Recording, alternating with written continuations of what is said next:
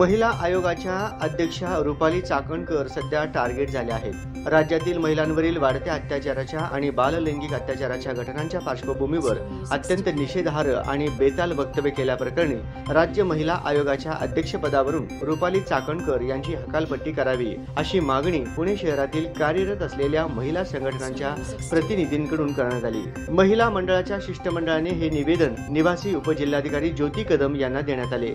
बदलापूर, लातूर, पुणे, छत्रपती संभाजीनगर आदी शहरात झालेल्या महिला आणि बाललैंगिक अत्याचाराच्या घटनांच्या अनुषंगाने अत्यंत संताप व्यक्त केला जात आहे। पीडित कुटुंबियांना आधार देत त्यांना न्याय मिळवून देण्यासाठी प्रयत्न करण्याऐवजी राज्य महिला आयोगाच्या अध्यक्षा रुपाली चाकणकर यांनी मात्र पीडित कुटुंबियांनीच मुलींकडे लक्ष द्यावे अशी वक्तव्य केलेली आहेत। ही बाब अत्यंत धक्कादायक आणि निंदाजनक असल्याने चाकणकर यांच्यावर कारवाई करावी अशी अपेक्षा मुख्यमंत्री, उपमुख्यमंत्री यांना दिलेल्या निवेदनात व्यक्त करण्यात आली आहे। राज्याच्या मुख्य सचिवपदी तसेच राज्याच्या पोलीस महासंचालक पदावर महिला अधिकारी कार्यरत असताना या घटनांकडे प्रशासकीय अधिकारी दुर्लक्ष करत आहेत। हे अशोभनीय आहे। मुख्य सचिव आणि महासंचालकांनी राज्यातील महिला अत्याचाराच्या प्रश्नावर ठोस भूमिका घेत याकडे दुर्लक्ष करणाऱ्या अधिकाऱ्यांचे निलंबन आणि गुन्हे दाखल करण्याची कार्यवाही करावी। याबाबतची श्वेतपत्रिका तात्काळ जाहीर करावी अशी ही मागणी यावेळी करण्यात आली।